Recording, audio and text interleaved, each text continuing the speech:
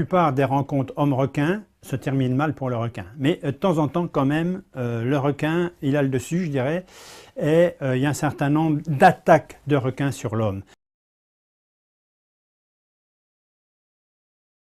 Il existe des fichiers qui recensent un petit peu les accidents dans le monde, qui en sont remontés dans le temps. On a à peu près moins d'une centaine d'attaques par an dans le monde, avec, selon les années, allez, de l'ordre d'une petite dizaine d'attaques, bon, 10 à 20 attaques mortelles par an dans le monde.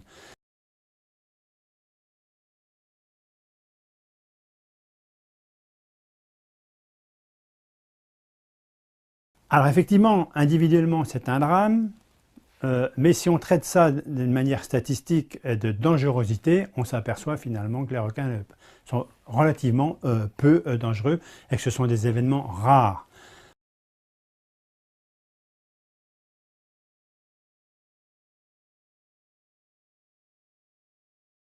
Qu'est-ce qu'on a constaté aussi en analysant ces statistiques? C'est qu'il y a une augmentation sur les 2 ou 3 dernières décennies, il y a une augmentation des attaques de requins. Par exemple, dans les années 90, on avait à peu près 50-55 attaques non provoquées par an. Dans les années 2000, on était à peu près 60-65 attaques non provoquées par an dans le monde. Donc on a une augmentation. Mais en même temps, on avait une diminution de la mortalité. Pourquoi? Parce que simplement il y avait une meilleure information, meilleur traitement des secours, les chaînes de secours beaucoup plus efficaces. Et qu'est-ce qui s'est passé? Alors, il y a différentes causes, hein, il faut analyser cas par cas. Mais d'une manière globale, il a été démontré que c'est l'augmentation de la zone littorale par l'homme, pour différentes activités, principalement par les activités de loisirs, qui ont fait qu'il y avait de plus en plus de probabilité de rencontrer des requins, même si globalement les requins sont en diminution, la probabilité de rencontrer un requin était plus grande dans cette zone de confrontation entre les requins et la zone littorale de plus en plus occupée par l'homme. Par exemple, il faut savoir que 40% de ces attaques se produisent sur la côte des États-Unis, c'est-à-dire sur les côtes de Caroline du Nord, Caroline du Sud et un peu de Floride.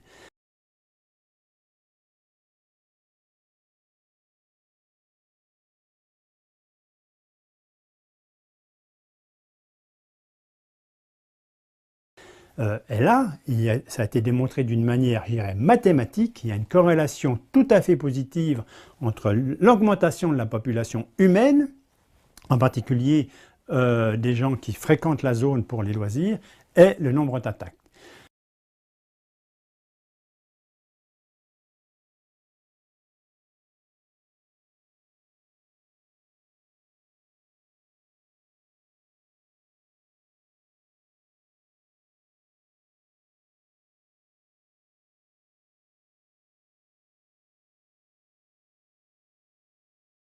Alors pourquoi un requin attaque l'homme? Il faut savoir que l'homme n'est pas la proie favorite des requins. S'il en était ainsi, les requins auraient disparu depuis bien longtemps.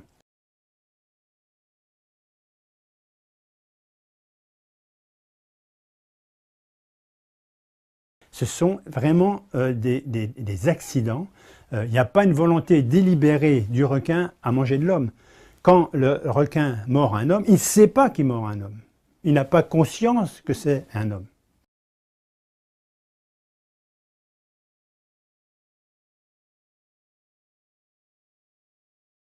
Il ne faut pas faire d'anthropomorphisme.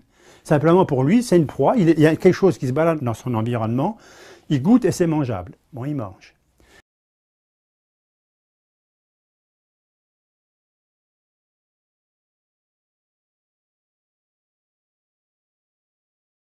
Et même dans certains cas, quand vous analysez par exemple les accidents dus au grand requin blanc, on s'aperçoit que quand il mord, souvent il relâche sa victime. La plupart des attaques sont donc des raisons alimentaires.